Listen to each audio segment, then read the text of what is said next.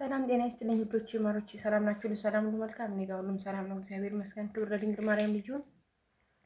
ለቻናሌ አዲስ የሆናችሁ ላይክ እና ሰብስክራይብ በማድረግ ቤተሰብ ይሁኑ፣ አበረታቱኝ እያልኩኝ ኮመንት ሴክሽን ላይ እየገባችሁ አስተያየታችሁን ጻፉልኝ። ዛሬ የምላችሁ ነገር ማለት ነው ቅመሞችዬ፣ ብዙ እህቶቻችን የሚጠቅማችሁም አላችሁ የማይጠቅማችሁም አላችሁ። በዛ አጋጣሚ ማለት ነው ብዙ እህቶቻችን ለፊት ጥራት፣ ለፀጉር፣ ለውፍረት፣ ለጡት ትንሽ ጡትን ለማሳነስ እንዲሁም ብዙ ነገር እያሉ ነው። እነሱን መጋፋቴና ወይን አስተያየት መስጠቴ አይደለም። ከተሞክሯቸው አንጻር ጥሩ ነው ብሎ ያሉትን ነው ለእኛ እያቀረቡ ያሉት ማለት ነው። ግን ለመክሳት ብለን የምንጠቀመው ነገር ደግሞ ጨጓራችን ላይ ሌላ ነገር እንዳይመጣ እንዶ በአግባቡና በስነ ስርዓቱ በጥንቃቄ ብናደርገው መልካም ነው ባይ ነኝ። ለምን አንዳንድ ነገሮች ስንጠቀም ለመክሳት የምንጠቀማቸው ነገሮች ጨጓራችን ላይ ብዙ ነገሮች ያመጣሉ። በተለይ የመዳም ቅመሞች ማለት ነው። ስራ ነው የምናሳልፈው፣ ስራ ላይ ነን እና ጥንቃቄ ያስፈልገናል ለማንኛውም ነገር ማለት ነው። ለፀጉራችሁም እንደዛው፣ ለፊታችንም እንደዛው ጥንቃቄ ማድረግ አለብን። ፊት በጣም የፊት ለፊት ገጽታ ነው። አደጋ አይችልም። በትንሽ አደጋ ነው የሚበላሸው። ስለዚህ ቢቻል የተፈጥሮ ነገሮችን መጠቀም መልካም ነው። የተፈጥሮ ነገሮችን መጠቀም መልካም ነው። ግን ዝም ብለን ለከሌ ፊት ተስማምቶታል ይሄ ነገር ብለን ፊታችን ላይ አድርገን ፊታችንን ባናበላሽ። ለአንዱ የተስማማው ለእኛ ላይስማማን ይችላል። ከቆዳችን ጋር ላይስማማ ስለሚችል አንድ ነገር ስናደርግ ቶሎ ስሜታዊ ሆነን ሳይሆን ተረድተን አውቀን ብናደርገው መልካም ነው። እዛ ሰውዬ ላይ ምን ያህል ሰራለት፣ ምን ያህል ጊዜ ይፈጃል የሚለውን አውቃችሁ ነው እንጂ ዝም ብላችሁ አጭር ቪዲዮ፣ አሁን ለምሳሌ ቲክቶክ ላይ እህቶቻችን አጭር ቪዲዮ ሰርተው ይለቃሉ። ለምን? ወደ ዩቲዩብ ሄዳችሁ ሙሉውን እንድታዩ ማለት ነው። ያንን ከማድረጋችሁ በፊት አጭሩን ቪዲዮ አይታችሁ ከመስራታችሁና ከማድረጋችሁ በፊት ሙሉውን ለማግኘት ዩቲዩብ ቻናላችሁ ላይ እየገባችሁ ሄዳችሁ አሰራሩን አይታችሁ ይሄ ይመቸኛል ወይስ ይሄ አይመቸኝም፣ ይሄን ነገር አገኘዋለሁ ወይስ አላገኘውም ብላችሁ መወሰን ነው እንጂ ያየነው ሁሉ እናድርግ፣ ያየነው ሁሉ ያምርብናል ማለት አይቻልም። ተሰቅሎ ያየነው ልብስ እኮ ብንለብሰው ላያምርብንም ይችላል። የተሰቀለ ልብስ ሁሉ አይለበስም። አሸንጉሊቷ ላይ ያማረው ልብስ እኛ ስንለብሰው ደግሞ ሊያምር ይችላል። ሳይሰቀል ደግሞ ዝም ብሎ ነገር የሆነ ልብስን አይታችኋል። ብዛት አሸንጉሊት ላይ የተሰቀሉ ልብሶች ላይን ነው እንጂ የሚያምሩ ስንለብሳቸው አያምሩም። ስለዚህ እናስብበት። ራሳችን ላይ አደጋ የሚፈጥር ነገር አናድርግ፣ እናስብበት እላለሁ። ሌላው ደግሞ ቅመሞችዬ ማለት ነው። ብዙዎቻችን በስደት ሀገር ላይ የራሳችን ችግር አለን።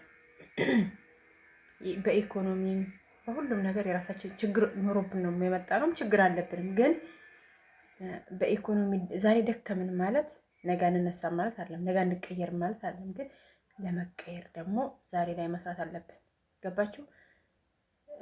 ለራሳችን የሚለውን ነገር ማሰብ አለብን። ለራሳችን ለኔ ከእንግዲህ ወዲያ ለከሌ የሚለውን እንተውና ለኔ የሚለውን ማሰብ አለብን ባይ ነኝ። ለምን ብዙ ጊዜ አሁን ለወንድሜ፣ ለእህቴ፣ ላጎቴ፣ ላክስቴ የሚለውን ትተን እኔ አሁን እኔነትን ማስቀደም አለብን። ብልጥ መሆን አለብን። የቀደሙ እህቶቻችን 15 ዓመት እንደዚህ ባለፈው አይታችኋል። በብዙ ሶሻል ሚዲያ ላይ እየተዘዋወሩ ያለ ማለት ነው። 15 ዓመት ሰርቼ እንደዚህ ሆንኩ፣ 16 ዓመት ሰርቼ እንደዚህ ሆንኩ፣ ከ10 በላይ በቃ እድሜያቸውን ግማሹን የጨረሱት እንደዚህ ሆንኩ እያሉ ሚዲያ ላይ እነኛ ልጆች ሲናገሩ ለእኛ ትልቅ ትምህርት ናቸው። ለእኛ ትልቅ የሆነ የሚነበብ መጽሐፍ ናቸው እነኛ ልጆች። ለምን ህይወታቸውን ለቤተሰብ፣ ለዘመድ፣ ለትዳራቸው ህይወታቸውን ሰጥተዋል። ጊዜያቸውንም እድሜያቸውንም ጨርሶባቸዋል ዘመዶቻቸው። ግን አሁን ሲያልቅ ደግሞ ምንም የለሽም ሲባል በጣም ከባድ ነው። ይህ ሁሉ ከመሆኑ በፊት ለከሌ የሚለውን እናነሳና ለከሌ አሁን ለምሳሌ የሆነ ብር ትራንስፈር እናደርግ ስንል ፐርሰንቱ መቀነስ። ለምሳሌ ለእናትሽ 10 ሺህ ብር የምትልጊ ከሆነ በእርግጥ 10 ሺህ ብር አሁን ላይ ምንም አታመጣም፣ ምንም አገዛም። ግን ፐርሰንቱን መቀነስ ለእኔ ይሄን ያህል ገባሽ? ለቤተሰብ 10% የምልኪ ከሆነ 2% ለቤተሰብ ትልኪና 8%ቱን ለአንቺ ታደርጊያለሽ። 2% ለቤተሰብ 2% ለቤተሰብ 8%ቱን ለአንቺ ለእኔ የሚለውን ላይ አቋም ይኖራችሁ። የቁጠባ አቋም ይኖራችሁ። እስከ መቼ ድረስ በጎች እንሆናለን? እስከ መቼ ድረስ በግ እንሆናለን? ብዙ መስዋዕትነት ከፍለን ቢያንስ እንደው በአረቦቹ ህይወት እንኳን አንቀናል። ሁሉ ነገር ተመችቶላቸው ኑሮን እኮ ኖሩት ማለት እነሱ ናቸው። ህይወትን ኖሯት እግዚአብሔር በእኛ አኗኗሪነት በእነሱ ኗሪነት ኖሯት ህይወትን። እኔ አሁን በመዳሜ ይቀናለሁ። ለምን እኔ እንደሱ አልሆንም? መሆን ያቅተኛ እንዴ? ብዙ እኮ ጀግኖች ኢትዮጵያውያኖች አሉ እኮ ዝግ ሱቅ ከፍተው የራሳቸው ድርጅት ኖሯቸው ከመጀመሪያ ከዜሮ ተነስተው ነው ዜሮ ስላለ እዛ ለመድረስ ደግሞ መጀመሪያ ከወደቅንበት እንደማንነሳ ነገር የለም። እንነሳለን። ማንም የወደቀ ሰው ይነሳል። ግን ለእኔ ልኑር፣ በቃ የመዳምን ህይወት እኔ ልኑር ማለት ገንዘብሽን ትይዣለሽ፣ ትቆጥቢያለሽ፣ ኢትዮጵያ ሄደሽ ሁሉን ነገር የፈለግሽውን ነገር ታደርጊያለሽ። ዛሬ ገረድ ነሽ፣ ነገ ደግሞ አንቺ ሰራተኛ ትቀጥሪያለሽ። ገባሽ? ዛሬም ሰራተኛ ሆነሽ ነገም ሀገርሽ ገብተሽ ሰራተኛ መሆን የለብሽ። ሰራተኛ ቀጥረሽ ለማኖር ዛሬ ደከምሽውን ድካም የለፋሽውን ልፋት በእረፍት ራሽን ትሪት በማድረግ ለማሳለፍ ዛሬ ላይ ብር መያዝ አለብሽ። ዝቅ ብለሽ ዛሬ ላይ ብር መያዝ አለብሽ። ነገ እኮ ይቺ ልብስ እኮ ይቺ ዩኒፎርማችን እኮ ነገ እኮ ወርቅ ትለብሽበታለሽ እኮ። ዛሬ ይቺ የናቅሻት ዩኒፎርም አዲ ልበሻት ዛሬ ላይ። ዛሬ እኮ ይቺ ልብስሽ አምባሳደራችን ነች አይደል? ይቺ ልብስ አሁን ለእኔ አምባሳደሬ ነች። እኔ ከመጣሁ ለልብስ ብዬ 10 ድራም አላወጣሁም። ከመጣሁ ለልብስ ብዬ ግን ይቺ ዩኒፎርሜ መዳም ነች የምገዛዋል። ይቺ ዩኒፎርሜ ለእኔ በጣም ትልቅ ነገር ነች። ትልቅ ነገር ብዙ ነገር ከበር አድርጋብኛለች። እኔ ብሆን ይሄን ዩኒፎርም ብገዛ በኢትዮጵያ ስንት ልብስ ጨርስ ነበር? እስካሁን በኢትዮጵያ ይሄንን ልብስ ስንት ልብስ ጨርስ ነበር? እሷ ነች ያህል ከበር የምታደርገው። ስለዚህ አሁን እኛ ደሞዛችን ኮንትራት ቤት ያለ ነው። ደሞዛችን በእጃችን ነው። እንወቅበት። ዝም ብለን ብር አናዝረክርክ። እንወቅበት። ቆጥቡ።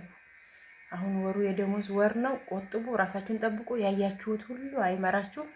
ፊታችሁን ለመቀባት፣ ፀጉራችሁን ለመቀባት፣ ብዙ ነገር ራሳችሁን ትሪት ለማድረግ መጀመሪያ ሙሉውን እዩ። ቲክቶክ ላይ የምትለቀቅላችሁ አጫጭር ነገር እያያችሁ ማለት ነው። ስድብን ቢሆን እኮ ቲክቶክ ላይ ትንሽ ታዩና ትሳደባላችሁ አይደለም። መጀመሪያ ሙሉውን እዩ፣ ተረዱ፣ ገምግሙ። ከዛን ይሄ ከኔ ጋር ይሆናል ወይ አይሆንም ወይ የሚለውን ለጌታችሁ ወቁ እና እኔ ለከሌ ለአቶ ለከሌ የሚለውን ታችሁ ለእንትና የሚለውን አንሶት። በቃ ቦልኩትና እኔ ለኔ የሚለውን ኑሩ። አሁን በቃ ይበቃናል። የበግነት ህይወት ይበቃናል። በግ ሆነን ብዙ አመታትን አሳለፍን፣ ብዙ ጊዜያትን በበግነት አሳለፍን። አሁን ግን ለኔ የሚለውን እናስብበት ነው የምላችሁ ውዶች። እንግዲህ እራሳችሁን ጠብቁ። ሰው ተመክሮ ልብ ተሸምቶ ድልብ የለም።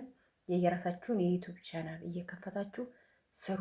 ጎን ለጎን የዩቱብ ቻናል እየከፈታችሁ ስሩ ነው የምለው። ሁላችሁንም በክርስቶስ ፍቅር በጣም ነው የምወዳችሁ። መልካም ቀን